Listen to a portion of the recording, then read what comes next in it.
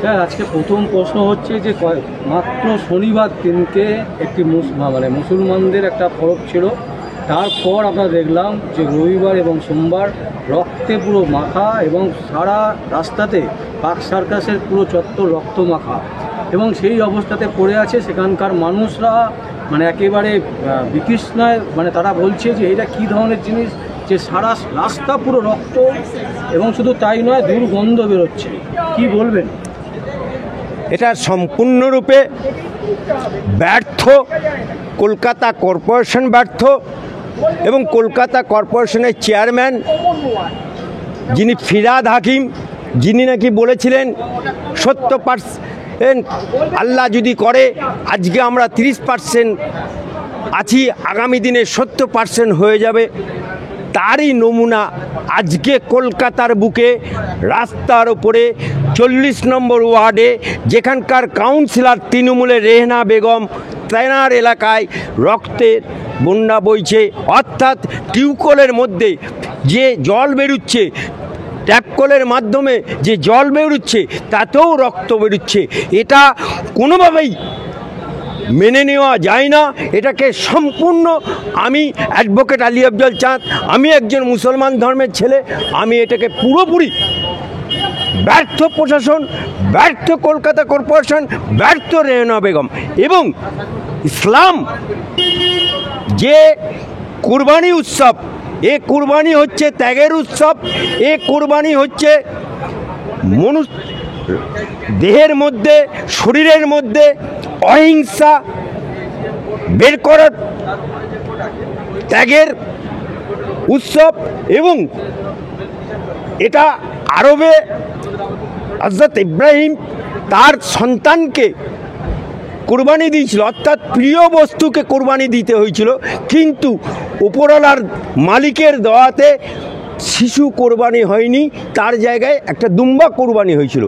আমাদের ভারতে আজকে যে আরব থেকে আসা ধর্ম, আজকে এটা আরবে আপনি কোনো জায়গায়, এই যে লক্ষ লক্ষ হাজি গেছে, একটা জায়গায়, একটা ইসলামিক কান্ট্রিতে আমাকে দেখাতে পারবেন যে কাউ কুরবানি হয়েছে?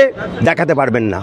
ভাইস, আমার পশ্চিম বাংলায় যে কুরবানি হচ্ছে, ইসলাম বলছে যে নিজের ধর্মকে যতটা শ্রদ্ধা করবে অপর ধর্মকেও ততটা শ্রদ্ধা করবে, কিন্তু কোরবানির নামে কলকাতার বুকে যে রক্তে মাখা স্রোত বইছে, এটা সম্পূর্ণ ব্যর্থ, এবং এটা সম্পূর্ণভাবে ব্যর্থ রেহনা বেগম, ব্যর্থ আমাদের চেয়ারম্যান, কলকাতা কর্পোরেশনের চেয়ারম্যান, সম্পূর্ণরূপে ব্যর্থ।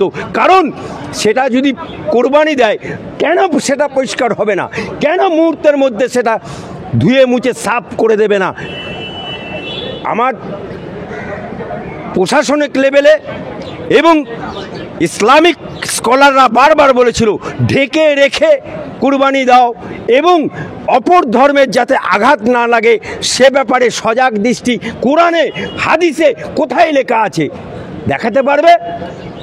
কিন্তু আজকে কোরবানির নামে যে কীর্তিটা আমার খোদ কলকাতায় হলো, এটা নিন্দনীয় বিষয়, এবং এটা মমতা ব্যানার্জির ব্যর্থতা এবং দুদল গাইদের লাত খাওয়ার জন্য এই কীর্তি হয়েছে।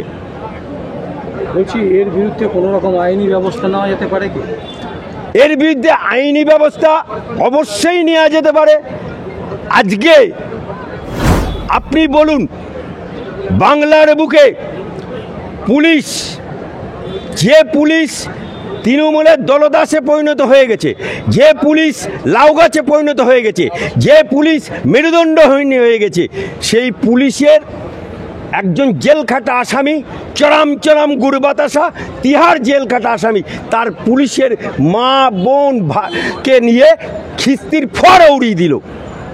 সেখানে আমরা কি দেখতে পেলাম? আইসি তার ফোন সিজ করা হলো, অথচ যার ফোন থেকে করা হলো তার ফোন সিজ করা হলো না। কেন? অর্থাৎ এখানে আইনের নামে যে প্রশাসনের দলদাসের আইন চলছে, ऐसा दिन ज़्यादा दिन नहीं चलेगा।